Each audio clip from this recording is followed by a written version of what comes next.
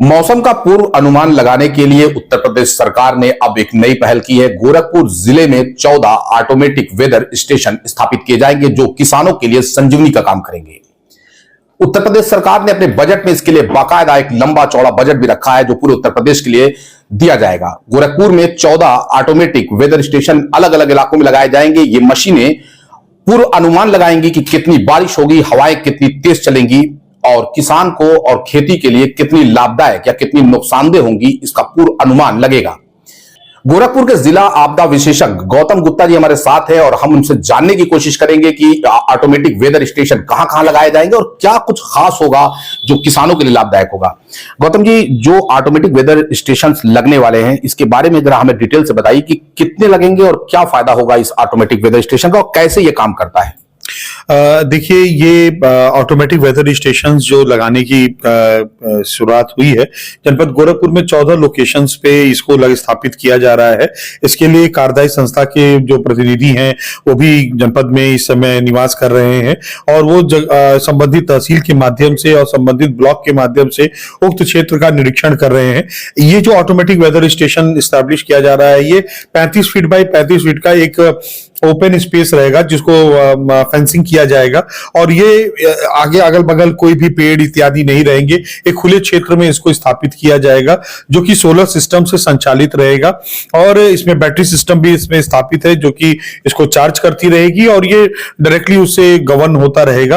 और इससे ये रहेगा कि उस पूरे पर्टिकुलर क्षेत्र में खासतौर से वो जो 5 से 10 किलोमीटर रेडियस में कितनी तेज हवाएं चली हैं या मौसम के कैसा रहेगा, एक तरीके का एक फोरकास्ट भी वो जनरेट करेगा। इससे ये लाभ रहेगा कि जो मौसम में इस समय जो परिवर्तन हो रहे हैं जिसकी वजह से काफी सारी चैलेंजेस भी जो आ रहे हैं क्लाइमेट को ध्यान में रखते हुए, इसकी एक वृहद स्टडी भी हो जाएगी और साथ ही साथ जो संबंधित क्षेत्र के जो हमारे किसान भाई हैं उनको भी एक सूचना मिलती रहेगी कि उक्त क्षेत्र में कितना क्या मौसम रहने वाला है, क्या बारिश की संभावनाएं हैं, क्या विंड स्पीड्स रहे हैं, ताकि उनको उस हिसाब से अपनी तैयारी किसानों को ये जानकारी कैसे जो है ये मशीन मुहैया कराएगी और कैसे वो पहले से अलर्ट हो जाएंगे। देखिए, इसके लिए बकायदा एप्स भी बहुत सारे एप्स भी इस समय वर्क कर रहे हैं। जैसे अगर हम देखें सचेत ऐप है, दामनी ऐप है और भी जो हमारे इस तरह के एक जो वेदर के जो रिलेटेड फोरकास्ट की जो एप्स रहेंगे जो इजीली आपके एंड्रॉइड मोबाइल्स वगैरह पे इजीली मिल भी जाएंगे, उसके भी थ्रू किया जाएगा और एक बल्क एसएमएस का भी एक हम लोग प्रोविजन इसमें स्टार्ट करेंगे ताकि वो सूचनाएं जो है वो समुचित लेवल तक पहुंच सके, ग्रामीणों तक पहुंच सके। सोशल मीडिया के माध्यम से भी उसको एक्टिवेट किया जाएगा तो वो एक पूरी तरीके से उसका रहेगा ताकि किसान उससे लाभान्वित हो सके और उसे कर सके। ऑटोमेटिक वेदर स्टेशन के अलावा अगर हम बात करें तो जिले में कौन सी ऐसी उपकरण और हैं जो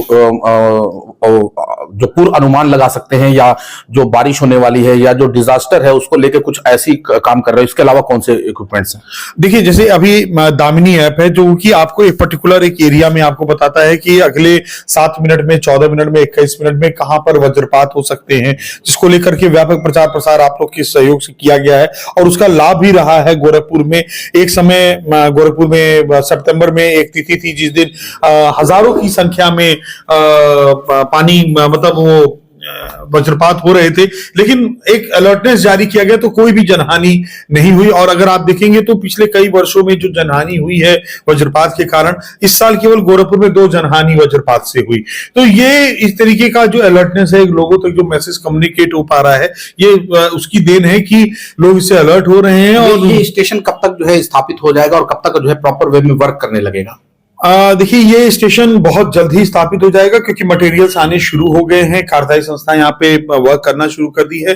अगर सारी चीजें सही रहेंगी तो अगले 1 माह के अंदर अंदर ये सारे स्टेशन हम लोग स्टैब्लिश कर लेंगे। इस पे युद्ध स्तर पर कार्रवाई चल रही है। इसके अलावा हम लोग जो तहसील मुख्यालय हैं, ब्लॉक मुख्यालय हैं और भी जो हमारे ऐसे स्थल हैं, वहां पर हम लोग ऑटोमेटिक रेन गॉज भी लगा रहे हैं कि कितनी वर्षा हुई। क्योंकि अगर आज आप देखें तो किसी क्षेत्र में बहुत बारिश हो रही है, किसी क्षेत्र में बारिश नहीं हो रही है, फिर आगे बढ़िए तो बारिश हो रही है। तो इस तरीके के जो क्लाइमेट के वेरिएशंस हैं उसकी वजह से जो तो ये जो हमारे रेन गॉज लगे रहेंगे ये भी इसको कंसोलिडेट करने में आसानी रहेगी कि एक्चुअली में एवरेज रेनफॉल कितना हुआ गोरखपुर में, इसको लोग देख सकेंगे और इसका पूर्वानुमान भी निकल पाएगा। और अगर कोई लॉसेस हुए हैं तो उसको हम लॉसेस को जो आपदा राहत निधि के अंदर देय है वो सहायता भी हम दे कर पाएंगे।